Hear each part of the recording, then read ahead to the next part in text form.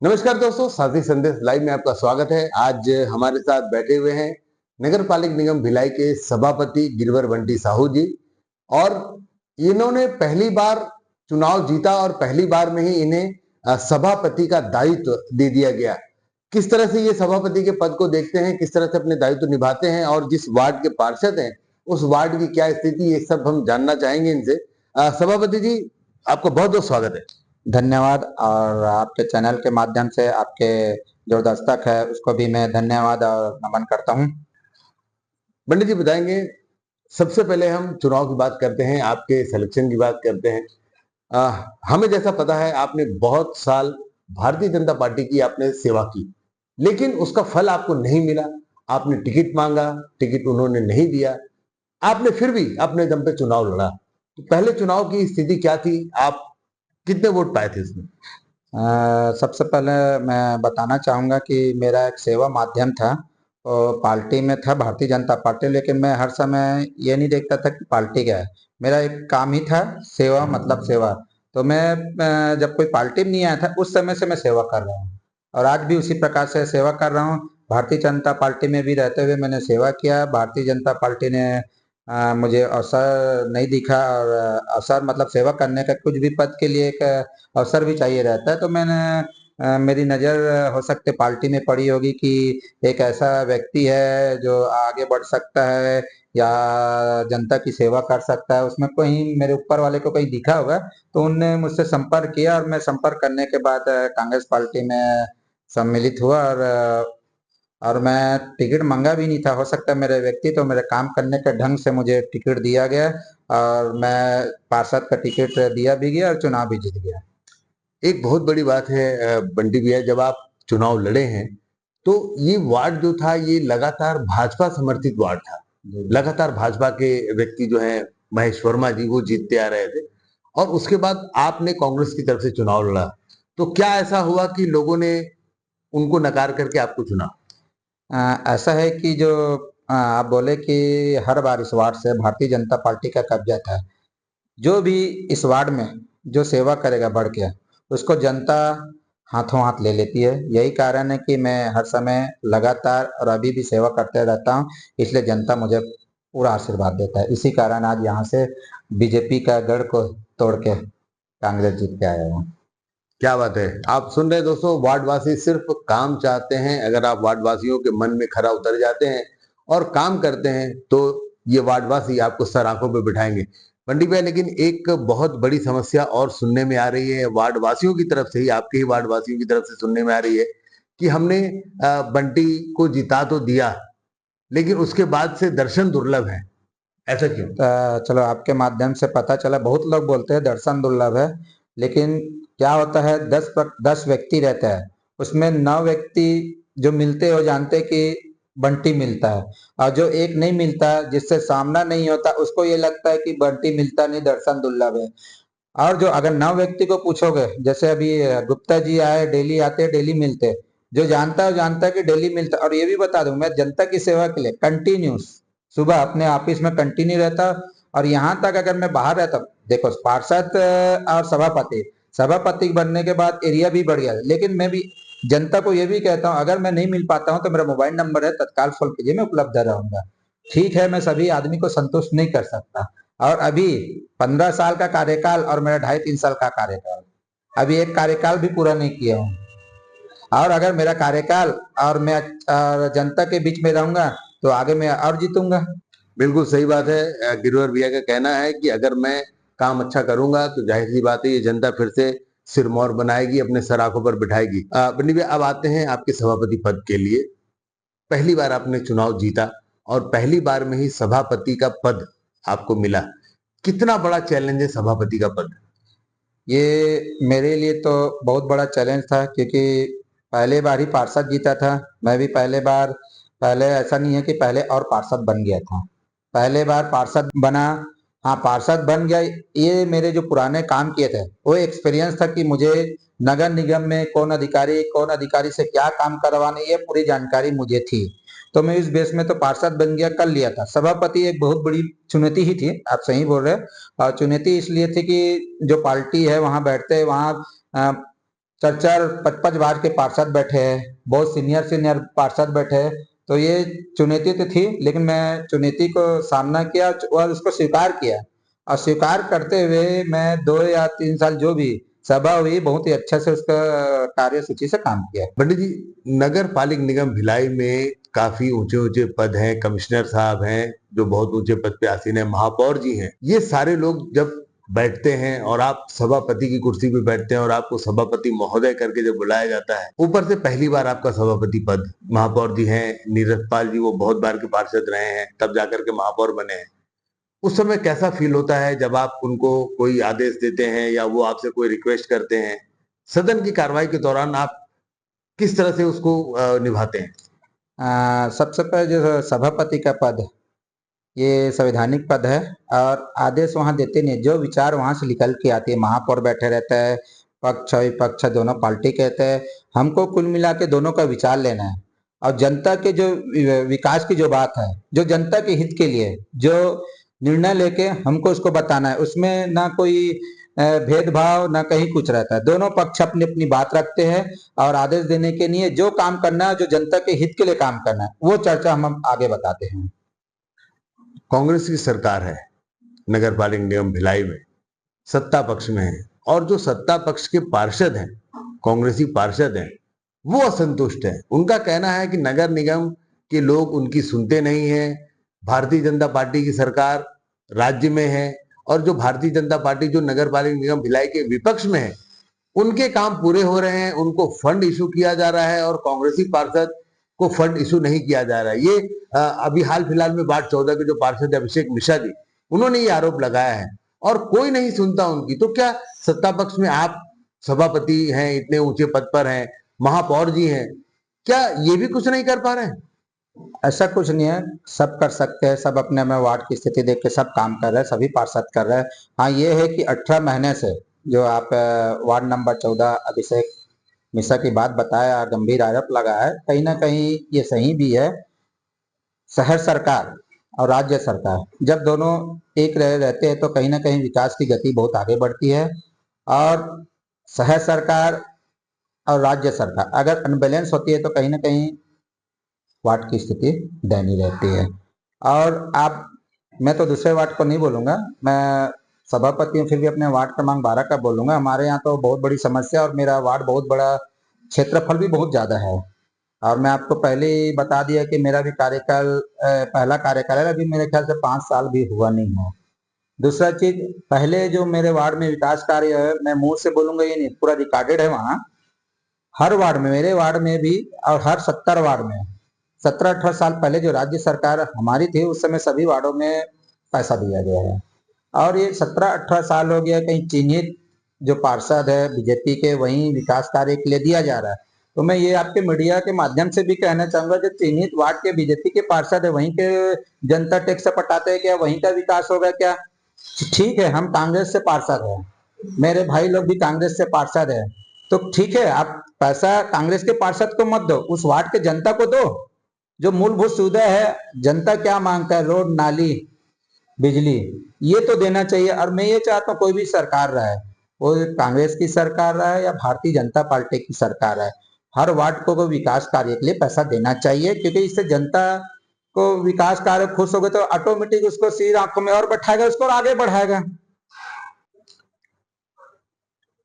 गिरवर जी, एक और बहुत बड़ी समस्या देखने को मिल रही है, इन दिनों भू माफियाओं का जाल बहुत बिछ रहा है और वो काफी अपने आप को पावरफुल महसूस कर रहे हैं और उनके आगे किसी की नहीं चल रही है।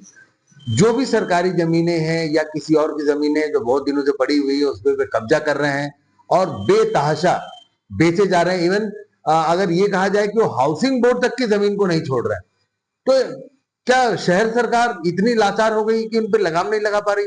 मुझे तो समझ ही नहीं आ रहा है अभी क्या हो रहा है। 17-18 महीने से देख रहा हूँ, जो जमीन आप बोले सरकारी जमीन आदित्य जी के वार्ड में देखा हूँ, ईडब्ल्यूएस की जमीन है जो गरीब लोगों के लिए बनाने के लिए रखा जाता है, उसको भी घेरा जा रहा है। अब मुझे ये समझ नहीं आ रहा किसके दम में पूरे भिलाई नगर निगम या वैशाली नगर विधानसभा में जमीन को घेरा जा रहा है, और पूरा बोले तो दम्भई के साथ और उसमें कोई ऊपर के जो अधिकारी है क्या साठगांठ है। मैं तो बहुत बहुत कुछ बातें को मैं अपने जो आयुक्त को भी बताया हूँ कि ये अवैध कब्जा हो रहा है, इसको कुछ कीजिए, इसको बताइए, तो वो बस बोलते हैं हाँ देख रहा हूँ, करवाता हूँ। तो ये समझ नहीं आ रहा किसके इशारे पे हो रहा है, कि हमको भी समझ नहीं आ रहा किसके इशारे में। और मैं चाहता हूं इसमें पूरे जगह जो अवैध कब्जा हो रहा है, जो जमीन की फर्जीवाड़ी हो रहा है, सब में तत्काल कार्रवाई किया जाए। नगर निगम के आयुक्त जो है वो ढिंढोरा पीटते हैं कि नगर निगम जो है वो अवैध कब्जों को हटा रहा है, और अवैध कब्जे को हटाने के नाम पर उन गरीब लोगों के धंधों को तोड़ा जा रहा है, जो बेचारे फुटपाथ पर काम करके अपना ठेला लगा करके दो वक्त की रोटी अपने बच्चों को खिलाते हैं, उनके तोड़े जा रहे हैं। और उसी रोड पर, मैं जुनवानी रोड की बात कर रहा हूं बंडी भैया, जुनवानी रोड पे बड़े रसूखदार के होटल्स भी हैं। मैं अगर गलत नहीं हूं तो शंकराचार्य हॉस्पिटल के ठीक सामने में एक होटल है पंजाबी ढाबा, उसको छोड़ दिया जाता है, और ठीक उसके बगल में एक गरीब की झोपड़ी को, एक गरीब के ठेले को कुचल कुचल कर तोड़ा जाता है। शहर सरकार भी इस पे चुप्पी साधे बैठी है, ऐसा क्यों? गरीब आदमी हर जगह मरता है। ऊपर वालों को ये देखना चाहिए, गरीब आदमी जिसके पास खाने के लिए रोटी नहीं रहता, रहने के लिए मकान नहीं रहता, उसको तो और बसाना चाहिए। बोलते हैं गरीबी हटाओ, तो गरीबी हटेगा कहाँ से? और रसूखदार रसूखदार से बड़े बड़े अधिकारी जिस हिसाब से उसका बोलते हैं नोटिस देने के बाद कार्रवाई नहीं होता, तो कहीं ना कहीं आकांक्षा वो है कि उन लोग कहीं ना कहीं जुड़े होते हैं। तो और कार्रवाई अगर होना चाहिए, ठीक है। जो गलत है, जो होटल वाला गलत है, अगर जो गरीब है तो उसको नोटिस दो और नियम कानून मिला के उसको लागू करो। भैया आप तुम गरीब को मार रहे हो, गरीब के पेट को मार रहे हो और रईस को बढ़ा रहे हो, तो कहाँ का नहीं आ गया? ऊपर वाला सब देखता है और कहीं ना कहीं सब लिख लेगा। नहीं, यही बात मैं कह रहा हूं बंडी जी, कि कोई ना कोई, जैसा आपने कहा कि हर आदमी, कोई रसूखदार कहीं ना कहीं से जुड़ा हुआ है, तो क्या वो रसूखदार फोन कर देगा तो मतलब जो नगर निगम भिलाई के कर्मचारी अधिकारी वो वहां कार्रवाई नहीं करेंगे? नहीं कार्रवाई, क्या ये दो नजर की बात नहीं हो गई? ये द्वेषपूर्ण कार्रवाई नहीं हुई? मैं तो ये बोलता हूँ देशपूर्ण तो बात ही नहीं करना चाहिए। आपके लिए आदमी सब समान है, वो गरीब भी आपके लिए भी अमीर है। जो गलत है उसके ऊपर कार्रवाई करना चाहिए, वो रसूखदार रहे। हाँ अगर गरीब भी है, अगर गलत कर रहा है तो उसको नियम कानून बता के उसको बसाया जाए, उसको बताया जाए आप ऐसा गलत कर रहे हो, आप ये सही करो तो आपका आशियाना बन जाए। तो कहीं ना कहीं हमको भी समझ नहीं आ रहा है अभी क्या स्थिति है, क्या परिस्थिति है, समझ ही नहीं आ रहा है। और निगम कैसा चल रहा है वो भी समझ नहीं आ रहा, और किसके इशारे पे चल रहा है। आप सभापति हैं, एक जिम्मेदार पद पे हैं, आपके संज्ञान में ये बात है, तो आप इसके लिए किस तरह का कदम उठाएंगे? अधिकारियों को या जो आयुक्त महोदय हैं, क्या निर्देश देंगे? मैं जितने भी जो भी आते हैं मेरे पास प्रकरण आते हैं इस प्रकार के, मैं तुरंत आयुक्त ने तो जो उस जो राजस्व या के जो भी अधिकारी है उसको तत्काल में निर्देशित भी करता हूँ इस प्रकार का कैसा गलत हो रहा है, और किसी के ऊपर गलत भी नहीं है। और जो अगर मान लो जो रसूखदार है उस पर आप कार्रवाई किया जाए, या उसका पूरा संक्षिप्त बता दिए क्या है कैसा है, ये निर्देशित मैं करता हूँ अधिकारी को। मेरे पास जो प्रकरण आता है मैं करता ही हूँ। ये काटो।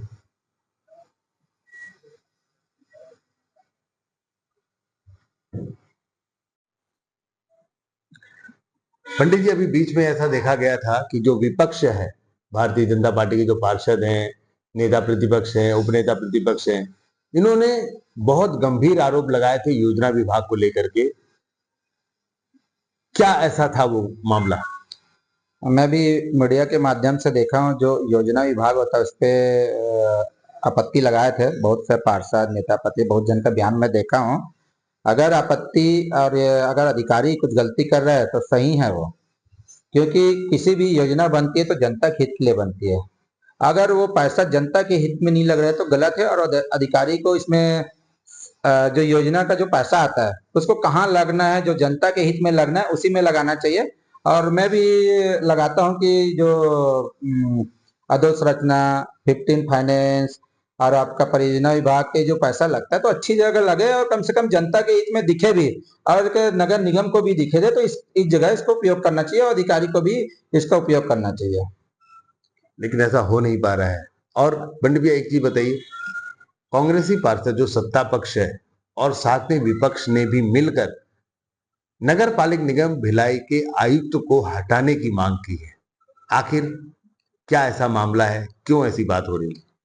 क्या है, कुछ दिनों से जो आयुक्त है, देखता हूँ कि पार्षद के प्रति भी शायद व्यवहारिक नहीं है। जनता के प्रति जो देखो, आज जनता जनता ही ने उसे बैठाया है, जनता ही बैठाया है, तो जनता का अगर बात नहीं सुनेगा तो कौन सुनेगा उसका बात को।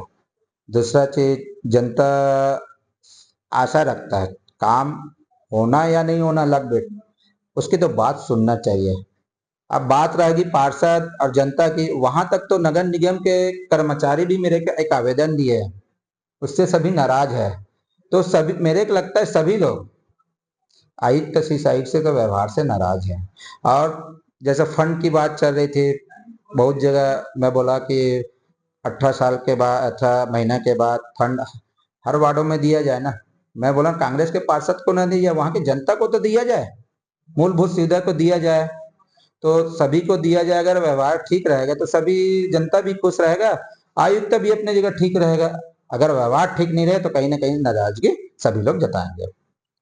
आप लोगों ने आयुक्त महोदय को हटाने की मांग की है, क्या अभी प्रक्रिया से है? और लेट जो हो रहा है, देरी हो रहा है, आगे आप लोग का क्या कदम होगा? जो भी बात है, 2 या 3 दिन नगर निगम के बाहर में धरने दिए थे, अपनी मांग को बहुत शांतिपूर्ण ढंग से किए हैं कि व्यवहार ठीक नहीं है आयुक्त जी के। फिर उसके बाद तीसरे दिन हमारे आदरणीय भिलाई नगर के विधायक जी देवेंद्र यादव जी भी आए थे इस हड़ताल में, मैं भी उसी दिन सम्मिलित हुआ था। फिर उसके बाद उस हड़ताल को खत्म किया। जब वो बात यहाँ तक कि वहाँ बैठे थे तो आयुक्त को व्यवहार के नाते आना चाहिए कि क्या हुआ, कैसे है, क्या तकलीफ है। मैं आपको ये अभी थोड़ा देर पहले बताया कि काम होना नहीं होना अलग मैटर है, लेकिन अपनी बातें को रखना बहुत बड़ी बात है और सुनना बहुत बड़ी बात है।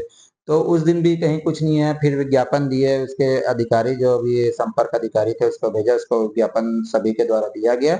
उसके 4-5 दिन या कुछ दिन बाद सभी पार्षद, विधायक, महापौर सभी लोग पुनः अपनी बात को रखने के लिए हम लोग जो नियम कानून के तहत हम लोग कलेक्टर के पास गए। बहुत ही अच्छी ढंग से हमारे आदरणीय कलेक्टर महोदय से चर्चा हुई, बात हुई, एक एक पॉइंट में बात हुई है और आश्वासन भी दिया है कहीं ना कहीं आप लोग के साथ गलत नहीं होगा, कहीं ना कहीं ऊपर वाले ठीक करेंगे। दोस्तों, आपने सुना, गिरवर बंटी साहू जी कह रहे हैं कि पहली बार इन्होंने चुनाव जीता और पहली बार में ही सभापति का पद इनके लिए बहुत चैलेंजिंग था, लेकिन इन्होंने चैलेंज को स्वीकार किया और अपनी काबिलियत, जो इनकी काबिलियत थी, ये जब नेता नहीं थे, राजनीतिकरण नहीं हुआ था, तब से ये समाज सेवा के क्षेत्र में अग्रणी है और उसी चीज का फायदा इन्हें मिला कि आज पार्षद बनने के बाद अपने वार्ड वासियों की सेवा कर रहे हैं। ये जरूर है कि वार्डवासी शिकायत करते हैं, उसके लिए भी इन्होंने कहा कि जो लोग नहीं मिल पाते हैं, मुझसे आकर नहीं मिल पाते हैं, ये वही शिकायत करते हैं। और इसके अलावा गिरवर भैया अपने ऑफिस में हमेशा अवेलेबल रहते हैं। अगर ऑफिस में नहीं मिलेंगे तो इन्हें फोन करने से ये तत्काल मौके पर उपलब्ध हो जाते हैं। तो ऐसी छोटी बड़ी बातें तो होती रहती हैं। देखना लाजमी होगा कि आगे आने वाले समय में गिरवर बंटी साहू जी किस तरह से अपने वार्ड को उठाते हैं, किस तरह से अपने वार्ड का विकास करते हैं। बंटी भैया, अगर वार्ड की बात करूं तो वार्ड में अभी क्या ऐसा बचा है जो आप करना चाहेंगे अपने वार्ड वासियों के लिए? मैं तो आपको बताना चाहूंगा कि मेरा वार्ड का क्षेत्रफल बहुत बड़ा है। आप अगर वार्ड की स्थिति जान रहे हो, पहले वार्ड ये अलग था, 12 था, एक नाला से लेकर हसीम मोड़ से लेकर अवंती चौक का वार्ड था पहले। अभी जो अभी हम लोग चुनाव लड़े पिछले बार, तो हमारा वार्ड का इधर टाटा लाइन से अगले हिस्सा को काट दिया गया। एक हमारा आर्य नगर पहले दूसरे वार्ड में जुड़ता था, वो मेरे वार्ड में जोड़ा गया। और आर्य नगर बहुत ही आप बोले अवैध कब्जा और जो जमीन पे फड़ी हो, वहां पूरे जमीन बनते जा रहे। मैं तो नहीं बोलूंगा क्योंकि सब जनता मेरे देवतुल्य है और मेरे होटल है और मेरे भगवान के समान है। जो आर्य नगर की स्थिति है, अभी मैं तो कई बार दौरा कर लिया हूँ, अभी आयुक्त भी दौरा किए हैं कि नाली, रोड और वहाँ की स्थिति बहुत दयनीय है। मैं 18 महीने पहले जब शासन ने हर जगह 40-40 लाख हर वार्ड में दिए थे, तो कम से कम 40 लाख वो, 20 लाख और ऐसा करके कम से कम 1.5-1.5 करोड़ का विकास कार्य किया था। वो रिकॉर्ड है और रिकॉर्ड। उसके बाद 18 महीने से कोई स्थिति, कोई विकास कार्य का पैसा वार्डों में हम लोग को नहीं दिया जाए। जनता हम लोग से बोलती रहती है, हमारा हमारा काम है, जनता हमको बोली, हम उसके बात को आगे रखेंगे, प्रस्ताव बनाएंगे। तो ये बात चलते रहती है। स्थिति है कि आर्यनगर में बहुत सारा जो गली है, पहले तो 4 8 10 गली था, पूरी स्थिति पहले जानी थी। पहले एक बहुत लोग गए, एक साइकिल भी नहीं जा पाता था आर्यनगर की स्थिति में। आप जाओगे तो स्टार्टिंग का जो 4 5 गली है उसको बुलाए, वहां शायद 4 व्हीलर चला जाता है। और मैं तो नहीं बोलूंगा, वहीं वाले आदमी लोग बोलते हैं भैया आप आए तो कम से कम कार लेते हैं हम लोग। ये 4 5 गली जो आर्यनगर के सामने कार लेते, कार से जाते हैं 2 गाड़ी पास हो जाए। पहले एक साइकिल नहीं जाता था। ये है छोटी बात, लेकिन आपको बताना चाहूंगा। पिछले जो क्षेत्र है जहाँ बसते जा रहे हैं, ये मेरा वो नहीं था, आयुक्त तक आया था उसमें कि ये सब अवैध बना रहे हैं, उसको नोटिस दिए। तो मेरे कहने का मतलब, जो घर बसे है उसको आप क्यों नोटिस दोगे? जो जमीन बेच के गया है, जो सुनियोजित ढंग से जो गरीब बेचारे को कम रेट में देके गया है, उसको आपको नोटिस दो। नोटिस उसको दो जो जमीन बेचता है, जो टाउन एंड कंट्री में प्लान नहीं करते, पानी निकासी नहीं होती है। जनता तो जनता परेशान होती है। जनता का पहला होता है पार्षद, हम लोग भी उससे परेशान रहते हैं। तो मेरा आपके चैनल के भी माध्यम से ये बात कहना चाहूंगा कि जो इस प्रकार के अवैध प्लाटिंग और जो घर बना रहे, उसको पहले निगम जाके पहले ही बता दें कि ये आपका ये टाउन एंड कंट्री प्लानिंग में नहीं है, इस जमीन को आप मत लो, आप इधर घर का परमिशन नहीं है, आप नहीं लो। आप बन जाएगा, आप उसको नोटिस दोगे, तोड़ने जाओगे तो फिर जायज क्या है? गरीब आदमी मर जाएगा ना, वो तो पैसा दे के लिया रहता है। तो मैं आपके चैनल से भी बोलना चाहूंगा कि ऐसा जमीन ना ले जिसमें मूलभूत सुविधा भी उपलब्ध अधिकारी लोग ना करा सके। ये थे सभापति नगर पालिक निगम भिलाई के गिरवर बंटी साहू जी। इन्होंने हमारी सारी सवालों के जवाब बहुत बेबाकी से दिए हैं और आप लोगों से अपील की है कि इस तरह के फर्जी जमीनों को ना खरीदें, क्योंकि इसको खरीदने के बाद स्वयं आप ही दिक्कत में आते हैं, परेशानी आपकी ही बढ़ती है। बंटी भैया बहुत बहुत धन्यवाद आपका हमसे जुड़ने के धन्यवाद, लिए। आपका भी धन्यवाद। आपका धन्यवाद, जितने भी आपके दर्शक देख रहे हैं उसको भी धन्यवाद। तो बने रहिए हमारे साथ और देखते रहिए साथी संदेश लाइव। मैं हूं संतोष शर्मा, दुर्ग भिलाई से।